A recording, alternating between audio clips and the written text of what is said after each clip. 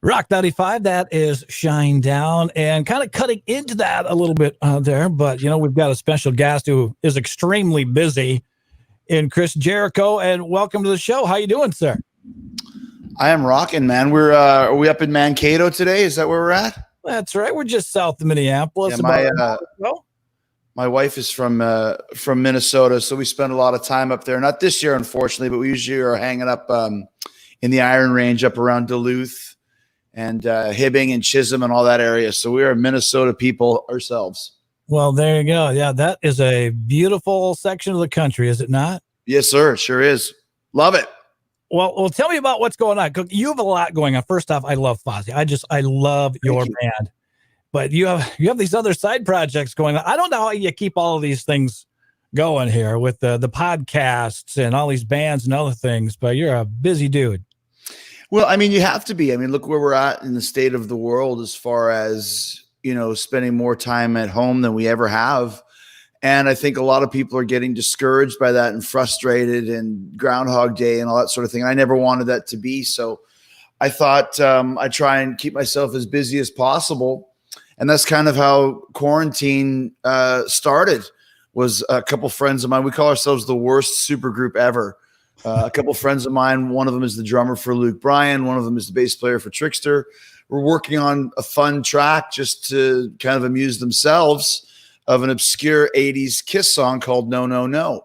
And I thought, well, I love 80s Kiss. I'd love to sing it, and I never do anything half-assed. So let's see, in this day and age when there's a lot of bands really not active, working on new records, not on the road, maybe hesitant to release a new single because there's really nowhere to promote it if it becomes a hit. Let's see if we can get some airplay. And here we are now. We're in the top 60 on the mainstream rock charts with a bullet at number 59 for a song that never charted 33 years ago when Kiss released it. So it's kind of a cool thing to be working on in the middle of a pandemic for sure. I had forgotten how good that album is. Matter of fact, I didn't have it on the album. I had the cassette version that I think I got from Columbia House, but I was listening to some of that. I'm like, God dang, there's some really great songs on that disc. And of course, Bruce is a hell of a player. So, if you're going to do some 80s Kiss, you got to find some guys that can play. And I think you've done that. Well, and that's the thing too, because even on the second single, Heart of Chrome, the second song we did, we actually got Bruce Kulick to play on it. So only in the middle of a pandemic can you start an 80s non-makeup Kiss band with the guitar player from Kiss. It works out perfectly. That's amazing. Why did you come up with the name Kuarantine? Well, I mean, it's pretty self-explaining, isn't it? I actually had the name of calling it Carr with a K, K-A-R-R, after Eric Carr, the drummer on all these songs.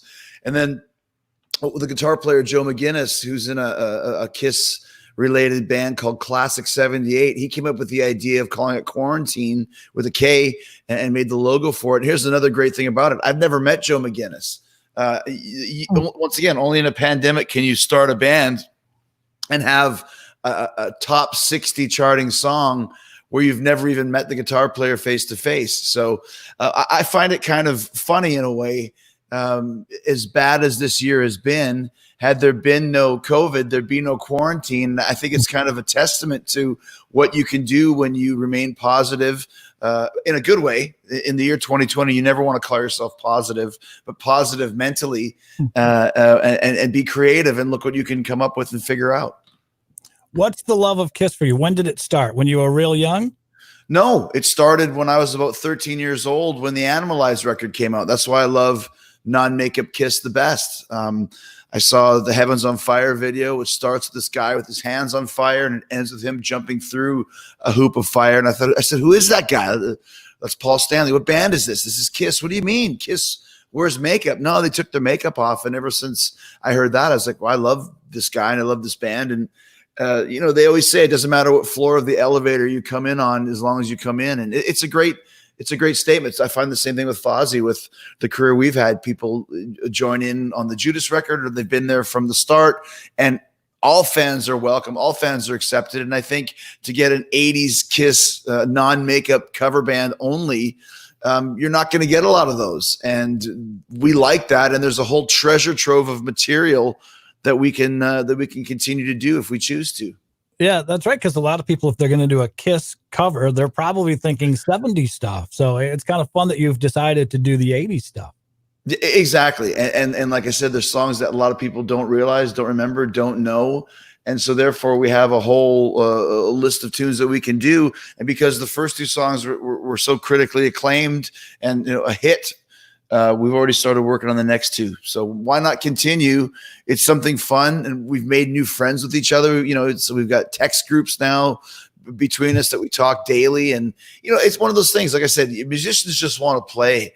And, we're waiting to record the new Fozzy record, and with the COVID, that's kind of got pushed back. So it gives me a chance to keep my vocals, my pipes warmed up and ready to go. And, singing some of those songs, both the vocalists, Paul Stanley, obviously one of the greatest singers of all time, especially at that time frame from the Revenge era. And Gene Simmons is an underrated great singer too. There's a lot of high stuff that he sings on No, No, No and all these other songs too. So it not only is a good exercise for me, it's a challenge and really pushes me to sing out of my comfort zone. And it ended up being a lot of fun. Have you gotten any feedback from anybody from Kiss?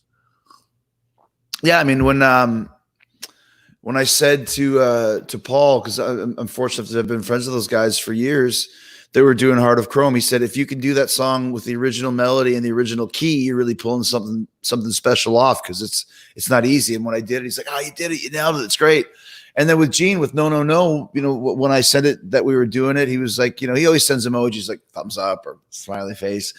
And then when I told him that we charted first at number 61, he was like, what? And then I told him we're in the top 60 at 59. He's like, yes. And then I told Paul, and Paul sent me the puking emoji. He must not like that song.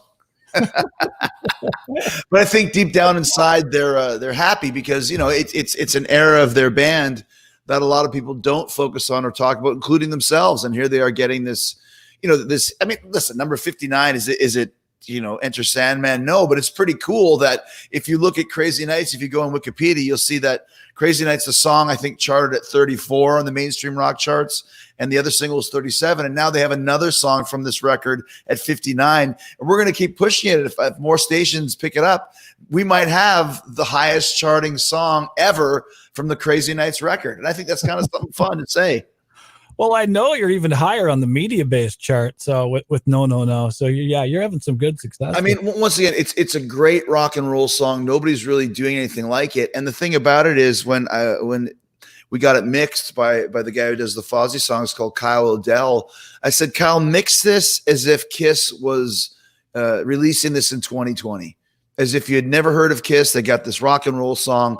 Don't mix it like it's from 1987. Mix it like it's from 2020. And that's one of the reasons why sonically it sounds so great, why it fits right in on the radio with Shinedown and Avatar and all the Beartooth and all the bands that have singles out right now, because it sounds just as good or better than those songs. And that was the idea. Yeah, we'll play it here in a second too. Now, tell me about this other side project you have coming up. I know Alice Cooper's involved and some other people too. Well, that's not quite true. I mean, once again, it's kind of still under wraps. I think August 7th is when we're going to unleash it. But it's another super group. And if Quarantine is the worst super group ever, I'd have to say the Wheel Blocks is a lot more star power in that one.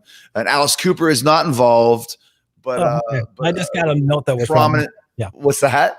Yeah. I just got a note that maybe he was involved. But a prominent member of his band is involved. It's probably the second most recognizable person from that band, if you've seen Alice Cooper live over the last 3 or 4 years. Okay. I kind of see where you're hitting there. Fine. I can't wait to see what you're going to do with that. Well, so what's up with Fozzy then? I know you do have a few tour dates in August. Yeah, it's unbelievable, because we had a whole tour in April and May that got postponed to July and August, which has now been postponed to October, November, but 4 dates remained. And I was like, seriously? And these are 4 dates in North Dakota and South Dakota where cases are non-existent or whatever it may be. And, are we sure we're doing these? And we're, the social distancing and the temperatures and the masks and all that sort of stuff. And to me, I've never stopped working, because in AEW, we've had shows every Wednesday night in Jacksonville, Florida, in an empty arena. So I'm not scared to go out there. We're very heavily tested. You know, you stay to yourself and protect yourself. So we're all getting tested before we get on that bus, and we're going out to these shows that are all, I mean, 2 of them are festivals, and one of them is Sturgis, the famous Bike Week festival with ZZ Top and Willie Nelson playing. So, you know, if they're cool with it, then I guess we're cool with it too. Who am I to say that, you know, I'm tougher than Willie Nelson? That's not the case. So we're excited about it, man. I'm really curious to see what happens, because if these shows go off and everybody ends up being cool in the end, then I think it's just a real cool, positive plus sign, so that people know we can start to get out there and be smart about it, but have shows and do some of these things with kind of these new rules and regulations we have, which we're all very happy to follow. Everyone wants just to get out and play, man. Well, if you ever get anywhere close to Mankato, Minnesota, we invite you in, and then maybe at some point, fingers crossed, in 2021, you'll get back up here to Minnesota. But thank you so much for your time. We encourage people to check out Kuarantine with a K, and go to Apple Music and wherever and purchase that song. No, no, no. It is fantastic. And thank you so much for your time. We appreciate it. Stream it. Watch the video. I mean, who's buying nowadays? Just hang out with us and watch it. You'll love it. We filmed the video on our iPhones, and it looks like a $10,000 budget. It's killer. Is that right? It does. It looks fantastic. Cost us $100. Seriously. Good Lord. God, technology. You got to love it. That's it, man. Thank you, guys. Thank you, Chris. Here's Kuarantine and No, No, No. Awesome, dude. Thank you, man. Thank you, buddy. Have a great day. You